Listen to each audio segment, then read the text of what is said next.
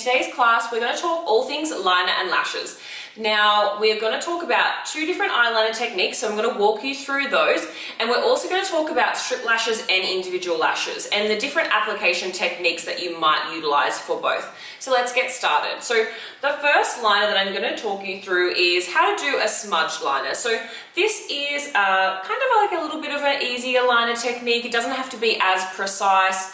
You could utilize gel, or you could utilize pencil, or even eyeshadow, whatever works for you.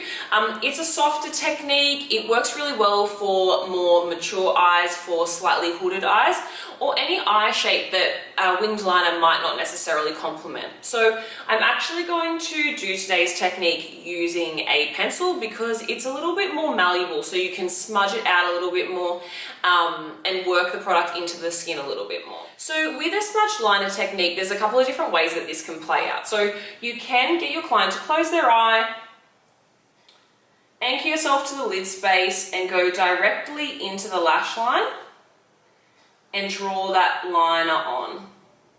So with a smudge liner, generally starting with a smaller width or smaller amount of product is a little bit easier because then you have more space to actually smudge the product out. But that's also going to depend on your client and how dramatic or how soft they want it to be.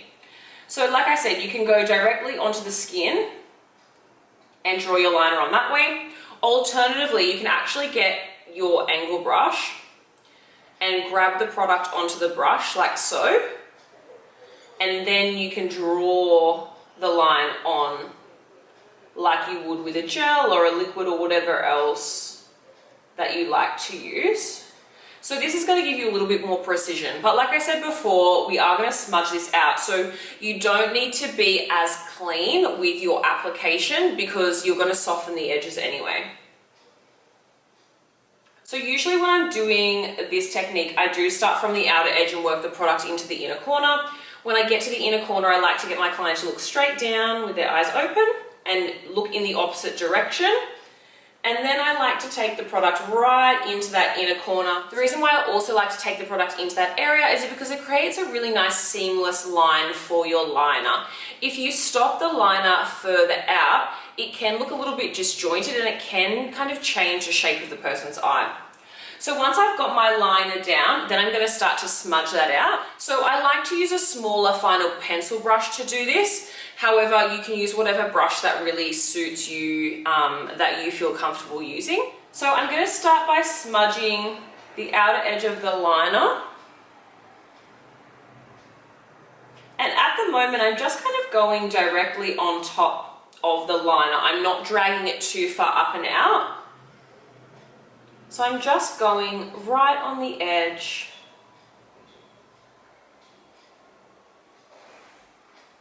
And I'm just taking my brush back and forward and just smudging that liner into my shadow.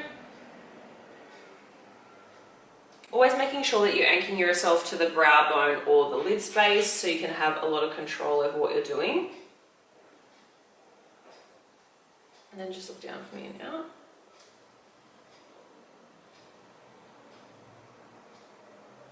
And then I'm just smudging that inner corner as well. So once I've got a good indication of what it's going to look like, just open again for me, Lauren. I'm going to get my client to open so I can see how it's looking with their eye shape. And then I'm going to go in and adjust it in areas where I feel like it might need to be smudged a little bit more. So just close for me. So I'm just going to go a little bit more on that outer edge here. Now with the outer edge of your liner, I like to smudge that into the eyeshadow so it really kind of seamlessly flows with the eye shape. To do this, rather than continuing to use my pencil brush, I'm going to go in with an eyeshadow brush and I'm just going to smudge it a little bit more vigorously into that shadow. So it's just a little bit softer, it's not as concentrated as using a smaller pencil brush. Now, at the moment, this brush doesn't have any product on it, but once you've smudged the liner, you could definitely get a little bit of shadow or whatever shadow you've used on the outer edge of the eye makeup and kind of smudge it and use that to kind of make the application a little bit more seamless as well. Cool, so if you have a look at that, now we've smudged that outer edge of the liner, it just flows really seamless into our eye makeup.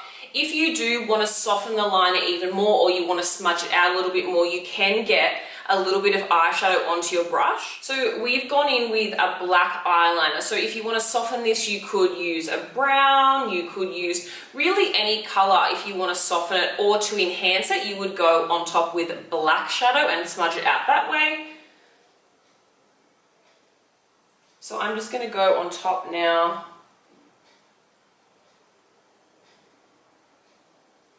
of where we've smudged that liner. I'm just using the shadow that we've got on the outer edge of Lauren's eye makeup just to tie it all in together.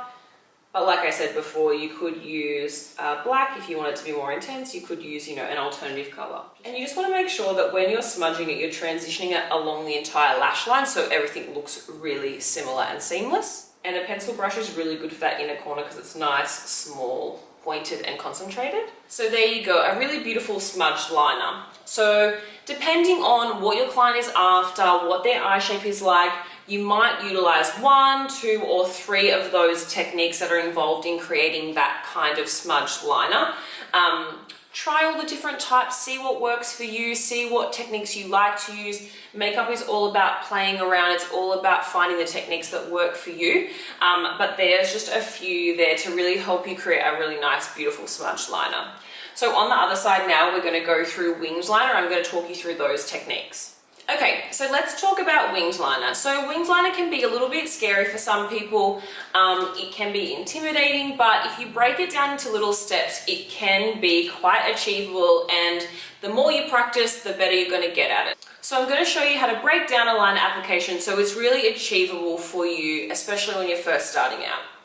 So in terms of brushes, I like to use an angle brush to apply my eyeliner. You can use a range of different other brushes. The principle is still going to be similar though. So as we're talking through and as you're practicing, you can always shout out to your trainer and they can talk you through if you're using a different style of brush. So basically what you want to do is load the gel up on your brush, back and forth of the brush, to really concentrate the product into the bristles. So when I'm doing a liner, I like to start on the outer edge of the lash line and then work the product into the inner corner. So keeping in mind, wherever the thinnest part of the brush is where the finest point of the liner is going to sit. So I'm going to start on the outer edge. I'm going to use Lauren's lash line as a guide, and I'm just going to drag that product into the center of the eye. So I'm just going to go about halfway first.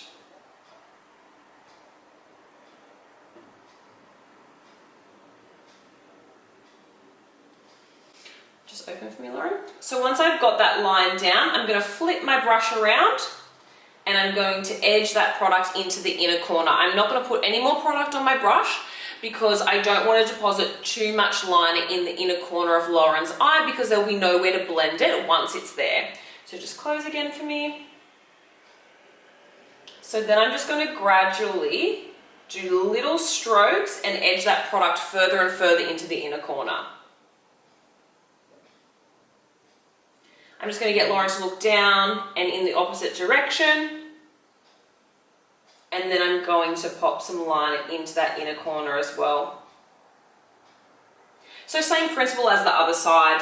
You want to make sure you're getting right into that tear duct so you get a really beautiful transition of liner.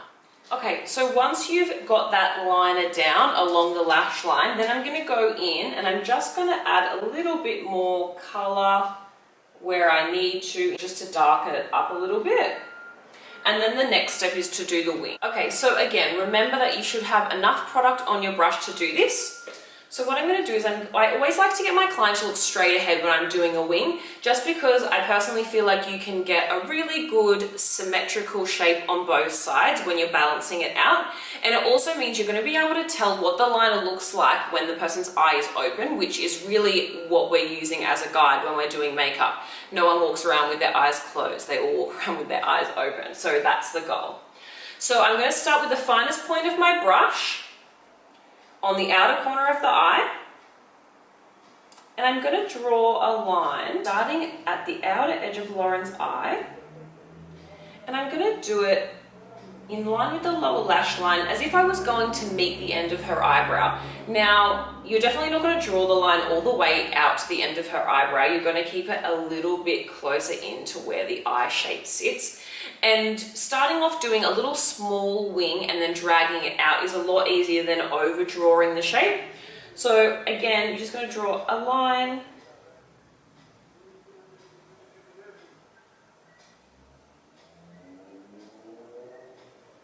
Like so, and then if I was doing the other eye, I would do the same step on the other eye and then go step by step to ensure that I'm getting the same symmetry on both sides.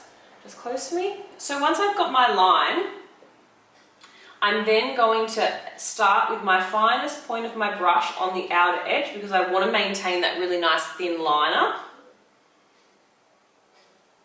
Anchoring myself to the brow bone and then dragging that line to meet the line that I've created along Lauren's lash line. Once I've connected my line, I'm then going to go in and colour in that triangular liner shape and make sure my line's nice and dense and black. Just open for me.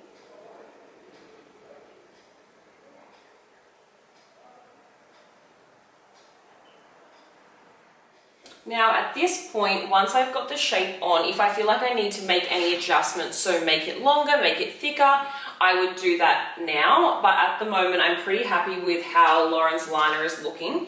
Now what you'll find is sometimes when people have slightly hooded eyes like Lauren, is you will get a slight dip in the liner on the outer edge. So to combat that, I'm going to show you a technique just to kind of achieve a really beautiful seamless line with the eye open. So I'm going to get Lauren to look straight ahead. And what I'm going to do is I'm going to come straight in with her eye open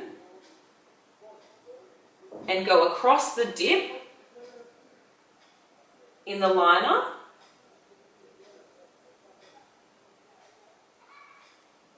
and join that up to the liner that I've drawn across the lash line.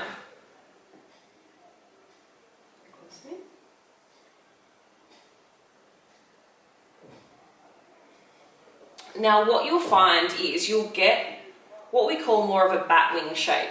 So once you've got that shape, you just want to clean the liner up slightly by adding a little bit more colour and just open for me.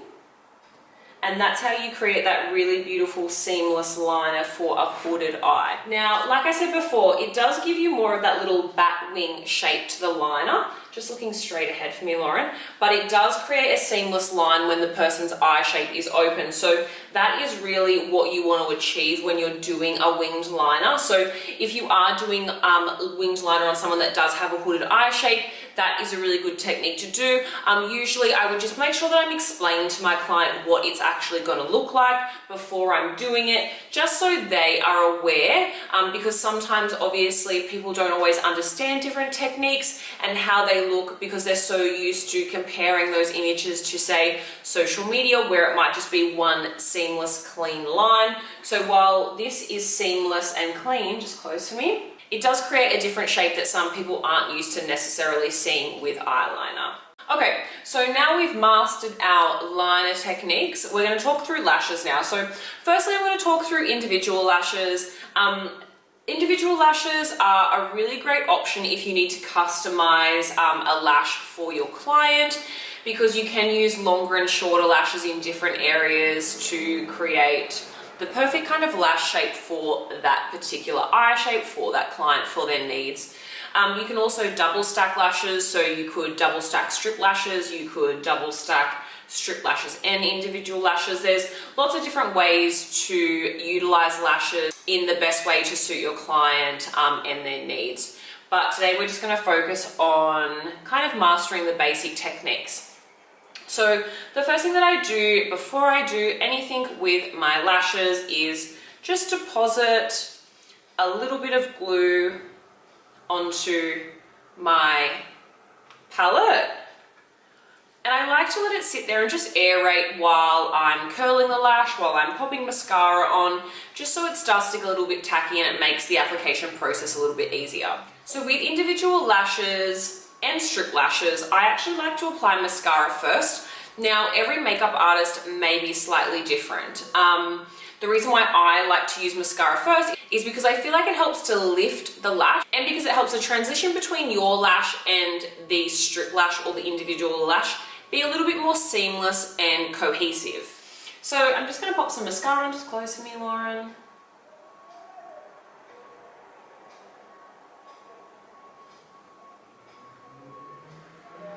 And I'm just going to pop it on my strip lash side as well. Just in preparation for this side too. Just opening for me and just looking up. And I like to pop a little bit on the bottom lashes while I'm at it. So when you're applying individual lashes, similarly to strip lashes, you always want to make sure that you let the glue get tacky before you're sticking it onto the lash line. The reason being that if you're putting wet glue onto the lash line, it's actually not going to stick. It's going to come off and you are potentially going to get glue everywhere. So you just want to let the glue start to get tacky for about 20 seconds. You can wave it in the air if you want to. Don't blow on it. You don't want the germs from your mouth going onto the lash that you're about to stick on someone's eye. So with individual lashes, I like to use tweezers because I feel like I have more control, but you can also use your fingers. It's really personal preference. I prefer to use my fingers for strip lashes because I have more control. So it's really whatever works for you. So when I'm doing individual lashes, I generally do start from the outer edge and work them inward. So I'm just going to get Lauren to close her eyes. I'm going to anchor myself to the lid space. And I'm going to get as close to the root of the lash as possible. I'm going to stick and drop the lash. So I think it's really important when you're doing individual lashes to stick and drop. Try not to fiddle around with them too much because they will kind of come off or they'll start to shift in a different direction. With individual lashes, you also want to make sure that you're sitting them flat onto the lash line. So I'm holding the lash flat like so, making sure it's tacky, and then I'm going to pop that alongside the other ones. So like I said, I move from the outer edge to the inner corner. Generally I use medium to long lashes on the outer edge, and I might use smaller ones in the inner corner just because naturally your lashes go longer to shorter, but obviously that's going to depend on your client as well. Some people can handle having medium long lashes in that inner corner because they already naturally have long lashes. Some people can't. So you're just going to have to use your discretion based on the size of your individual lashes and the person's lashes as well. So when I'm doing individual lashes, I like to set my lashes out evenly along the lash line, and then once I've done the lash line, I will go back in and add any more in spaces where I feel like they might need a little bit more volume, they might need a little bit more length, or whatever they require.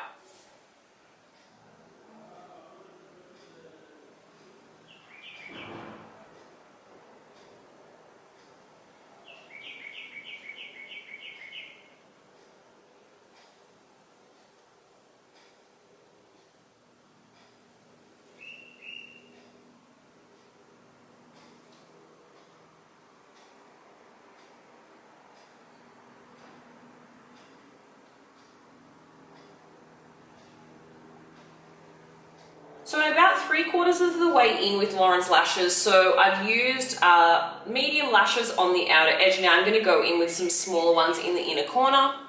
Just look down for me and stretch your eye out in opposite direction. So sometimes with individuals, I like my client to look down and out so I can get right into their lash line in that inner corner, similarly to when you're doing eyeliner.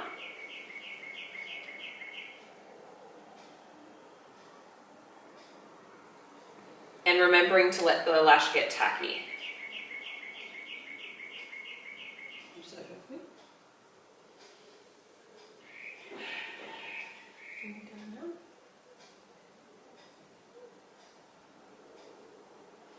Now when I'm coming into the inner corner, this is similar to when you're doing strip lashes as well. I like to use the person's natural lash as a guide.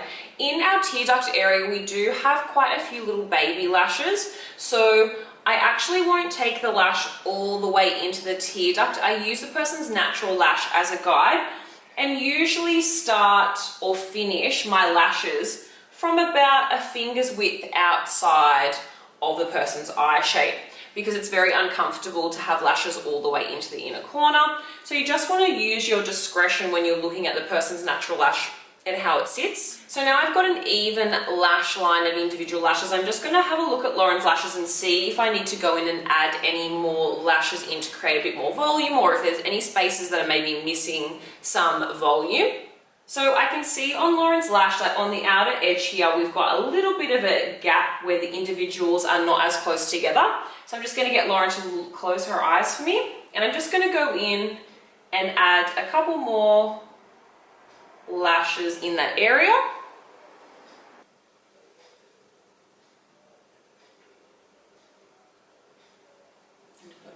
And so once I've filled in all the gaps and I'm happy with that, sometimes I may add a little bit of mascara as well. So if you're adding mascara on top of individual lashes, you need to be really careful with your application because it's very easy to pull the lashes off. You want to make sure before you're going in with any mascara that the lashes are completely dry, so you're avoiding taking any individual lashes off with the mascara application process. So similarly to when I do mascara on a strip lash, I just like to kind of press the product into the lash.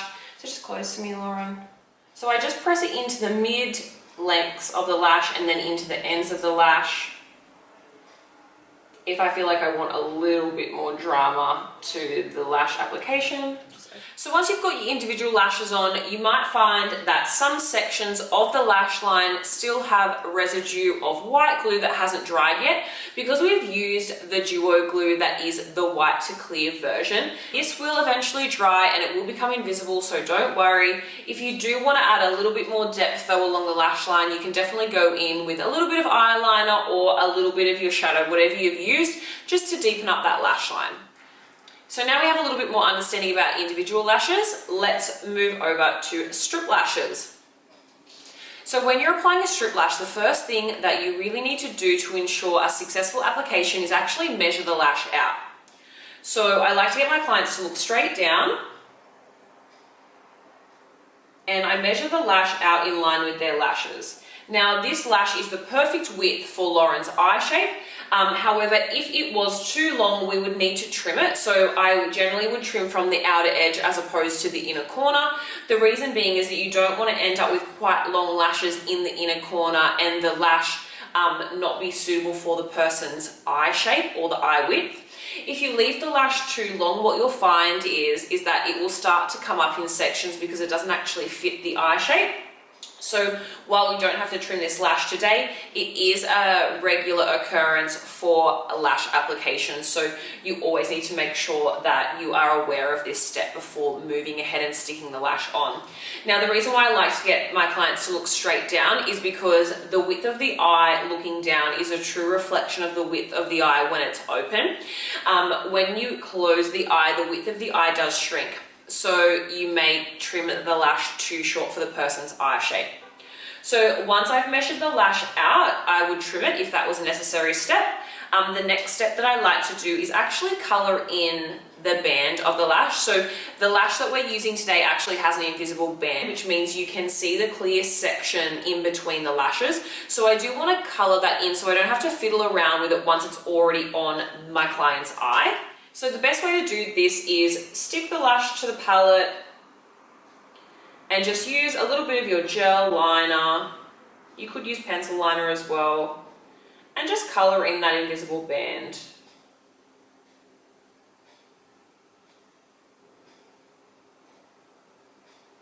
Then you're just going to add the glue to the very top of the lash.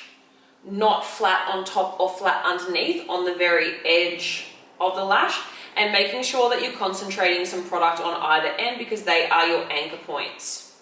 Now we do need to let this lash get a little bit tacky before we stick it on. While it is getting tacky, I do like to bend the lash in a curved motion just to ensure that when I stick the lash on, it cups to the shape of the client's eye.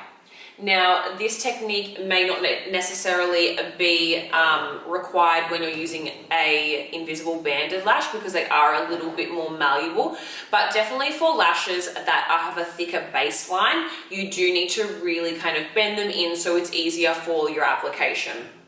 So I get my client to look straight down, I aim for the center of the lash and stick down the center of my lash.